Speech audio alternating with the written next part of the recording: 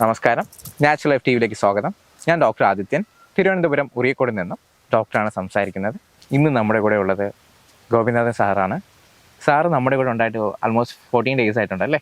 അപ്പം സാറിനോട് തന്നെ നമുക്ക് ഇവിടുത്തെ വിവരങ്ങൾ ചോദിച്ചറിയാം. പറഞ്ഞോളൂ സാറേ, നമ്മുടെ ഇവിടുത്തെ ഒരു നാച്ചുറൽ ലൈഫിൻ്റെ വിശേഷങ്ങൾ സാറ് തന്നെ പറഞ്ഞോളൂ. നമസ്കാരം, എൻ്റെ പേര് ഗോപിനാഥൻ നായർ. ഞാൻ പൂജപ്പുരയിൽ നിന്ന് വരുന്നു. ഇവിടെ വന്നിട്ടൊന്ന് 14 ദിവസമായി. 14 ദിവസത്തിൽ എനിക്ക് വലിയ വ്യത്യാസമുണ്ട്. വളരെ സന്തുഷ്ടനാണ്. പക്ഷെ അതിനു മുമ്പ് എൻ്റെ ഒരു അനുഭവം പറയാനുണ്ട്. ഞാൻ വരാനുള്ള കാരണം അധികം ദീർഘിപ്പിക്കുന്നില്ല. 15 വർഷം മുമ്പ് 2010 എനിക്കൊരു ഭയങ്കരമായൊരു ആക്സിഡൻ്റ് ഉണ്ടായി. 2 നില ബിൽഡിങ്ങിൻ്റെ മേളിൽ നിന്ന് വഴുകി കല്ല് പാകിയ സ്ഥലത്ത് വന്ന് ഞാൻ വീണ്. കയ്യിൽ ഫ്രാക്ചർ ഉണ്ടായിരുന്നു, മറ്റ് ചില ഡാമേജുകളുണ്ടായിരുന്നു. അങ്ങനെ ഹോസ്പിറ്റലായി ട്രീറ്റ്മെൻറ്റ് തുടങ്ങി. അന്ന് എനിക്ക് 58 വയസ്സ് പ്രായം. അതുവരെ ഞാൻ തെറ്റില്ലാത്ത ആരോഗ്യവാനായിരുന്നു. പക്ഷേ ഓപ്പറേഷൻ കഴിഞ്ഞ് 3-ാം ദിവസം എൻ്റെ ഡയബറ്റിക് ലെവൽ വളരെ കൂടുതലായി. അതിന് ട്രീറ്റ്മെൻറ്റ് തുടങ്ങി. അപ്പോൾ പെട്ടെന്ന് ഇൻസുലിൻ നിർത്താമെന്ന് പറഞ്ഞുവെങ്കിലും 6-7 മാസം ഇൻസുലിൻ വീണ്ടും തുറന്നു പോയി. കയ്യിലെ ഫ്ലാസ്റ്ററിൽ എടുത്തതിന് ശേഷം ഇൻസുലിൻ മാറ്റിയിട്ട് ടാബ്ലറ്റിലേക്ക് പോയി. മാസങ്ങൾ കഴിഞ്ഞു. വീണ്ടും കൊളസ്ട്രോൾ ഉണ്ടായി. കൊളസ്ട്രോളിന് മരുന്ന് തുടങ്ങി. കുറച്ച് നാൾ കഴിഞ്ഞപ്പോൾ ഗ്യാസിൻ്റെ പ്രശ്നം ഉണ്ടായി. ഗ്യാസിനും മരുന്ന് തുടങ്ങി. അപ്പോൾ തന്നെ 5-8 ഗുളികയായി. പിന്നെ അത് കഴിഞ്ഞ് അലർജിയായി. അലർജിക്ക് മരുന്നായി. പിന്നെ പുളിച്ചുകെട്ടലെന്ന് പറയും, ആശുപത്രിയിൽ പോവും, അഡീഷണൽ മരുന്നായി. ചുരുക്കം മരുന്നുകൾ കൂടി എണ്ണങ്ങൾ കൂടി എനിക്ക് പല അസ്വസ്ഥതകളും കൂടി വന്നതല്ല ഒരു അസ്വസ്ഥതയും കുറഞ്ഞിട്ടില്ല. അപ്പോൾ അതിനു മുമ്പ് തന്നെ ജേക്കബ് വടക്കഞ്ചേരി സാറിൻ്റെ പ്രോഗ്രാമുകൾ ഞാൻ കണ്ടിട്ടുണ്ട്, വീഡിയോയിലൂടെ, യൂട്യൂബിൽ. പക്ഷെ അന്നൊന്നും എനിക്ക് ആ ബുദ്ധി പോയില്ല. ഞാൻ ഈ തുടർന്നുകൊണ്ടിരിക്കുന്ന രീതി ശരിയല്ല, ഇത് മാറണമെന്ന്. പക്ഷേ കാലങ്ങൾ കഴിഞ്ഞു. 7 വർഷം കഴിഞ്ഞപ്പോൾ ഞാൻ ശരിക്കും ഒരു ഡയബറ്റിക് രോഗിയായി. ഈ 7 വർഷക്കാലം ഒരു റോബസ്റ്റ് പഴമല്ലാതെ ഒരു പഴവർഗ്ഗവും എനിക്ക് കഴിക്കാൻ പാടില്ല. ഡോക്ടർ നിർദ്ദേശമായിരുന്നു. അപ്പോൾ അതനുസരിച്ചു പഴവർഗ്ഗങ്ങളിൽ റോബസ്റ്റ് പഴം കഴിച്ചൊന്നുമില്ല. ഭക്ഷണം അവർ പറയുന്ന രീതി അനുസരിച്ച് ഭക്ഷണം കഴിച്ചുകൊണ്ടിരുന്നു.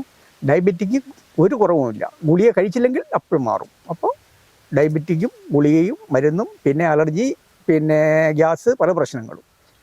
അത് കഴിഞ്ഞ് മൂക്കിൽ ഇൻഹേലറായി. എപ്പോഴും തൊണ്ടമുമ്പ് വരാറുണ്ട്. തൊണ്ടവേദനയ്ക്ക് മരുന്ന്. ജലദോഷം വന്നിട്ട് അത് പഴുത്തിട്ട് മഞ്ഞ കഫം തുപ്പിപ്പോയി. പിന്നെ നാക്കിലൊരുമാതിരി സൂചി കുത്തുന്ന മാതിരി വന്നിട്ട് അതിൻ്റെ വേദനയും ബുദ്ധിമുട്ടും.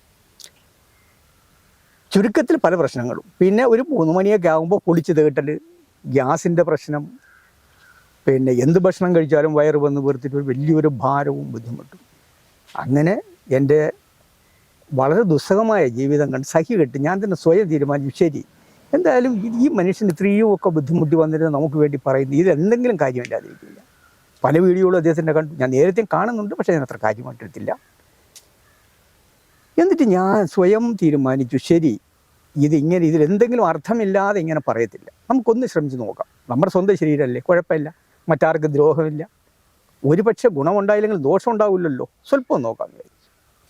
അങ്ങനെ ആ അദ്ദേഹത്തിൻ്റെ വീഡിയോയിലുള്ള കാര്യങ്ങളും അദ്ദേഹത്തിൻ്റെ സംഭാഷണം ഉൾക്കൊണ്ടുകൊണ്ട് ഞാൻ എൻ്റെ ജീവിതശൈലിയിൽ കുറേശ്ശെ മാറ്റങ്ങൾ വരുത്താൻ തുടങ്ങി. ആദ്യ ദിവസം കഴിയുന്നതിന് മുമ്പ് തന്നെ ഈ ചെറിയ വ്യത്യാസം കണ്ടു തുടങ്ങി. അപ്പോൾ ഞാൻ വിചാരിച്ചു, ശരി ഇതങ്ങോട്ട് തുടർന്ന് പോകാം. ഭക്ഷണ രീതി എനിക്കിവിടെ വന്ന നാച്ചുറൽ ലൈഫിൽ ചെയ്യുന്നത് മാതിരി എനിക്ക് ചെയ്യാൻ പറ്റില്ല. കാരണം എനിക്ക് ലിമിറ്റുണ്ട്, എൻ്റെ അറിവ് പരിമിതമാണ്. അപ്പോൾ ഞാൻ എൻ്റെ ആവശ്യമാണ് എൻ്റെ ശരീരം സൂക്ഷിക്കുക എന്നുള്ളത്. ഞാൻ ആ അറിവ് മനസ്സിൽ വെച്ചും കൊണ്ട് ഭക്ഷണ രീതിയിൽ, വ്യായാമത്തിൽ, ദിനചര്യകളിൽ എല്ലാം മാറ്റം വരുത്തി. അധികം നാൾ കഴിയാതെ ഞാൻ കുറേശ്ശെ മരുന്ന് നിർത്തിക്കൊണ്ടുവന്നു. ഈ അടുത്ത കാലത്ത് 6 മാസം മുമ്പ് ഈ വീഴുന്നതിൻ്റെ ക്ഷീണമൊക്കെ കൊണ്ട്, പ്രായമുണ്ടല്ലോ, ഈ ഷോൾഡറിലൊരു പ്രശ്നം ഉണ്ടായി.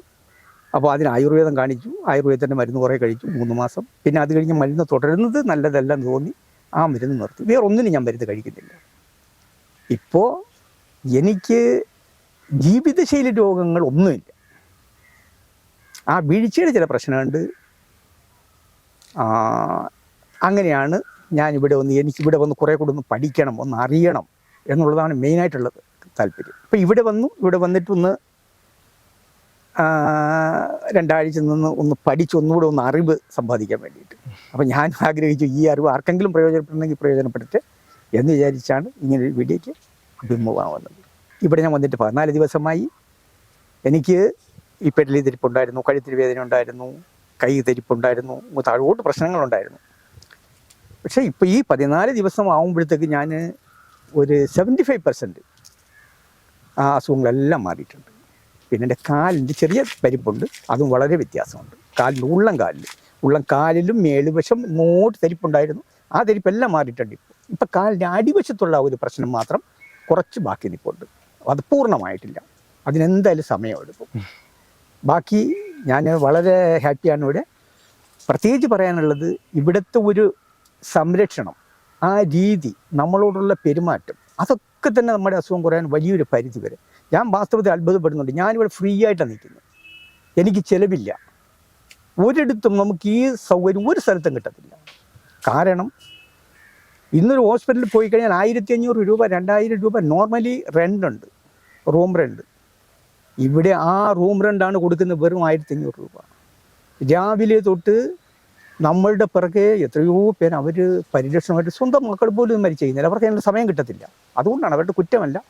അപ്പോൾ ഇവർ സമയം കണ്ടെത്തി നമ്മൾ രാവിലെ തൊട്ട് വൈകുന്നേരം പരിചരിക്കുന്നുണ്ട്, എന്തൊക്കെയോ പേക്കുകൾ ഇടുന്നുണ്ട്, ഉള്ളിൽ ഒരു മരുന്ന് തരുന്നില്ല. ഭക്ഷണം, മാന്യമായ ഭക്ഷണം, അതും ഇന്നത്തെ ഫ്രൂട്ട്സിൻ്റെയൊക്കെ വിലയിൽ ഇത്രയും ഭക്ഷണം കൊടുക്കുന്ന എളുപ്പമുള്ള കാര്യമല്ല. നല്ല പരിചരണം, രാവിലെ തൊട്ട് വൈകുന്നേരം, ഉച്ചയ്ക്ക് ഭക്ഷണത്തിന് സമയമായി, ചെന്നു ഭക്ഷണം കഴിച്ചു, തിരിച്ചു വന്നു, വീണ്ടും ട്രീറ്റ് തുടങ്ങി. ഉള്ളിൽ മരുന്നില്ലെങ്കിലും പുറത്ത് നമുക്ക് പല രീതിയിലുള്ള പേക്കുകളും പല രീതിയിലുള്ള കാര്യങ്ങളും അവർ ചെയ്യുന്നുണ്ട്. ഭക്ഷണത്തിൻ്റെ രീതി അങ്ങനെ. അത് കഴിഞ്ഞ് ഡോക്ടറാണെങ്കിൽ നമ്മുടെ വീട്ടിലുള്ള ഒരാളിനെ പോലെ തന്നെ അതിനേക്കാളും കൂടുതലായിട്ട് വളരെ റെസ്പെക്റ്റായിട്ട് വളരെ മാന്യമായിട്ട് എപ്പോൾ എന്ത് പ്രശ്നം പറഞ്ഞാലും ആരുടെ പ്രശ്നത്തിനും ഇദ്ദേഹത്തിന് ഉറക്കം പോലുമില്ല. രാത്രി 12 മണിക്ക് വിളിച്ചാലും ശരി. ഇവിടെ പല രീതിയിലുള്ള പേഷ്യൻ്റാണ് വരുന്നത്. അവർക്ക് ചിലപ്പോൾ എന്തെങ്കിലും ബുദ്ധിമുട്ടുണ്ട്, പെട്ടെന്നുള്ള ആഹാര രീതിയൊക്കെ മാറുമ്പോൾ ചില പ്രശ്നങ്ങൾ വന്നു വരും, അവരോടി വരും. അപ്പോഴും അദ്ദേഹം വില്ലിങ്ങാണ്. എല്ലാ രീതിയിൽ നോക്കിയാലും നാച്ചുറൽ ലൈഫ് എൻ്റെ അഭിപ്രായത്തിൽ ചെയ്യാൻ പറ്റുന്ന ഒരു ചികിത്സ ഉണ്ടെങ്കിൽ നാച്ചുറൽ ലൈഫാണ്. ഒരു പക്ഷേ നമ്മുടെ അസുഖം മാറാൻ 5-10 ദിവസം കൂടുതൽ എടുത്തുനിന്ന് വരും, അല്ലെങ്കിൽ 1-2 മാസം എടുത്തുനിന്ന് വരും. പക്ഷെ നമുക്ക് ഒരു ദോഷവും ഇതുകൊണ്ടില്ല.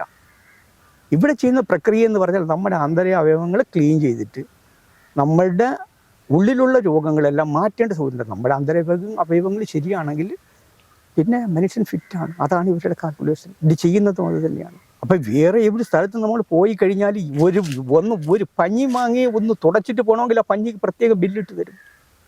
അങ്ങനെ നോക്കുവാണെങ്കിൽ ഇവിടെ ലക്ഷങ്ങളായാലും ഈ 14 ദിവസം കിടന്നിട്ട് നമ്മൾ ഒരു ഗവൺമെൻറ് ആശുപത്രിയിൽ ഇറങ്ങാൻ പറ്റത്തില്ല.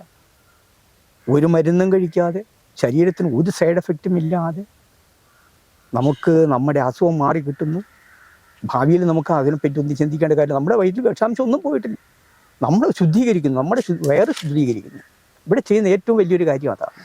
അത് മാത്രമേ തരുന്നുള്ളൂ. നമ്മളെ ഉഷാറാക്കി വിടുന്നു, ശരി. അതിനുശേഷം നമ്മൾ സൂക്ഷിച്ചു പോകണം, അത് നമ്മുടെ കടമയാണ്. സാർ പിന്നെ സർജറിയുടെ കാര്യം പറഞ്ഞിട്ടുണ്ടായിരുന്നു അല്ലേ? അതെ. സർജറിക്ക് ശേഷമാണ് നമ്മുടെ ഒരു ഡയബറ്റീസ് കണ്ടുപിടിച്ചിട്ടുണ്ടെന്ന് സാർ പറഞ്ഞായിരുന്നു, ഓർമ്മയുണ്ടോ? ഓർമ്മയുണ്ട്. ആക്ച്വലി സാറിന് ഡയബറ്റീസിന്റെ യാതൊരു രീതിയിലുള്ള ബുദ്ധിമുട്ടോ പ്രശ്നങ്ങളും ഇല്ലായിരുന്നു. ആക്ച്വലി ആ ഒരു സർജറിക്ക് ശേഷം എനിക്ക് എന്തെങ്കിലും രീതിയിൽ അനസ്തേഷ്യ അങ്ങനെ ഒരു ഡിപ്പാർട്ട്മെന്റിലായതുകൊണ്ട് കാരണമായിരിക്കാം നമ്മുടെ ആ ഒരു ഷുഗർ പരമായിട്ടുള്ള പ്രശ്നവും ഡയബറ്റീസ് പ്രശ്നങ്ങളും വന്നതിന് ചാൻസ് അല്ലേ? അതെ ഡോക്ടർ. 58 വയസ്സായി എനിക്ക്. ആ സമയത്ത് 2010 അന്ന് വരെ എനിക്ക് ആരോഗ്യ പ്രശ്നം ഒന്നുമില്ലായിരുന്നു, അറിയത്തക്ക രീതിയിൽ ഒരു പ്രശ്നമില്ലായിരുന്നു. പക്ഷെ ഓപ്പറേഷൻ സമയത്തും ഞാൻ ഫിറ്റ് ആയിരുന്നു. അങ്ങനെയാണ് ഓപ്പറേഷൻ കഴിഞ്ഞത്. ഓപ്പറേഷൻ കഴിഞ്ഞ് 3-ാം ദിവസമാണ് ഹൈ ഡയബറ്റിക് എന്ന് പറയുന്നത്. അപ്പോൾ അന്വേഷിച്ചപ്പോൾ അറിയുന്നവർ, എനിക്കറിയത്തില്ല, ഞാൻ അങ്ങനെ മരുന്ന് അധികം കഴിക്കുന്ന ആളുമല്ലായിരുന്നു. അപ്പോൾ അറിയുന്നവർ പറഞ്ഞു ആൻറ്റിബയോട്ടിക്കിൻ്റെ സൈഡ് എഫക്റ്റ് ആണ്. അപ്പോൾ ആൻറ്റിബയോട്ടിക്കിൻ്റെ സൈഡ് എഫക്റ്റ് ആണെന്ന് പറഞ്ഞിട്ട് ഡോക്ടർ പറഞ്ഞു അത് ഓപ്പറേഷൻ കഴിഞ്ഞല്ലേ, എന്തെങ്കിലും കാരണങ്ങൾ കാണും, മാറുമെന്ന് പറഞ്ഞിട്ടാണ് എനിക്ക് പിന്നെ ഇൻസുലിൻ തന്നത്. അപ്പോഴും ഡോക്ടർ എനിക്ക് പരിചയമുള്ള ആളായിരുന്നു, എൻ്റെ ഫാമിലി ഡോക്ടറായിരുന്നു, അറിയുന്ന ആളാണ്. അപ്പോൾ അദ്ദേഹത്തിനോട് ഞാൻ ചോദിച്ചു, ഡോക്ടർ എനിക്കിങ്ങനെ ഡയബറ്റിക് ഒന്നും ഇല്ലായിരുന്നു, ഇൻസുലിൻ എടുക്കാമോ? അത് കുഴപ്പമില്ല, ഇനിയിപ്പോൾ എടുത്തേ പറ്റുള്ളൂ, എന്തായാലും നിങ്ങൾ ഡയബറ്റിക് പേഷ്യൻ്റാണ്. ഞാൻ പറഞ്ഞു ഡോക്ടറെ മാറില്ലേ, എൻ്റെ ഒരു ആകാംക്ഷ. ഞാൻ ചോദിച്ചു ഇത് മാറത്തില്ല. ഇല്ല, ജീവിതകാലം മൊത്തം നിങ്ങൾ ഡയബറ്റിക് പേഷ്യൻ്റ്. എനിക്ക് കഴിക്കാൻ അനുവദിച്ച ഫ്രൂട്ട്സ് ഒരു റോബസ്റ്റ് പഴം മാത്രമാണ്. അത് അധികം പഴുക്കാത്ത പഴം, അല്ലാതെ ഒരു പഴവും. ഞാൻ 7 വർഷം ഒരു പഴവർഗ്ഗങ്ങളും കഴിച്ചിട്ടില്ല. അതിനുശേഷം വളരെ കാലം അതേ രീതിയിൽ തന്നെ. ലൈഫ് ലോങ് ഇൻസുലിൻ യൂസ് ചെയ്ത് പോകണം, അല്ലെങ്കിൽ എന്തെങ്കിലും രീതിയിലുള്ള ഡയബറ്റിക് ടാബ്ലറ്റ്സ് യൂസ് ചെയ്ത് പോകണം എന്നാണ് ഡോക്ടർ പറഞ്ഞത്. ഇപ്പൊ യൂസ് ചെയ്യുന്നുണ്ടോ? ഇല്ല ഡോക്ടർ, ഞാൻ 7 വർഷമായി ഒരു മരുന്നും കഴിക്കുന്നു. ഒരു മരുന്നും കഴിക്കുന്നില്ല. ഓക്കെ, ഇത്രയും നേരം ഞങ്ങൾക്ക് വേണ്ടിയിട്ട് സാറിന്റെ സമയം പങ്കുവെച്ചത് ഒരുപാട് ഒരുപാട് നന്ദി. വളരെ നന്ദി ഡോക്ടർ. ഇത് ഡോക്ടറിന് നന്ദി പറയേണ്ടത് ഞാനാ നന്ദി പറയേണ്ടത്. കാരണം അയ്യോ, ഇത്രയും നല്ലൊരു സിറ്റുവേഷൻ ഇവിടെ ഉണ്ടാക്കി ആൾക്കാർ ഇത്രയും നല്ലമായിട്ട് എല്ലാ രീതിയിലും പെരുമാറി പോകുന്നു എല്ലാവരോടും വളരെ നന്ദി. എനിക്ക് സമയം കിട്ടിയാൽ വീണ്ടും ഞാൻ വർഷത്തിൽ ഒരു ദിവസമെങ്കിലും 10 ദിവസമെങ്കിലും തീർച്ചയായിട്ടും ഒരു ചേഞ്ച് എന്തായാലും വേണം. പഠിക്കാൻ ഒരുപാടുണ്ട്. അതെ പഠിക്കാൻ ഒരുപാട് നമ്മൾ പഠിച്ചു തീരുന്നില്ല. പക്ഷെ ഇവിടെ ഒരുപാട് കണ്ടു പഠിക്കാനുണ്ട്. കണ്ടു പഠിക്കാൻ എൻ്റെ അറിവൊന്നും പരിമിതമായിരുന്നു. അതെ. ഇപ്പൊ എനിക്ക് കുറച്ചുകൂടെ കോൺഫിഡന്റ് ഉണ്ട്. കാരണം എനിക്ക് കുറെ കൂടെ കൃത്യമായിട്ട് ചെയ്യാൻ പറ്റും എൻ്റെ ദിനചര്യകൾ. പലതും നിങ്ങൾ പഠിപ്പിച്ചു. Thanks so much. Okay, thank you.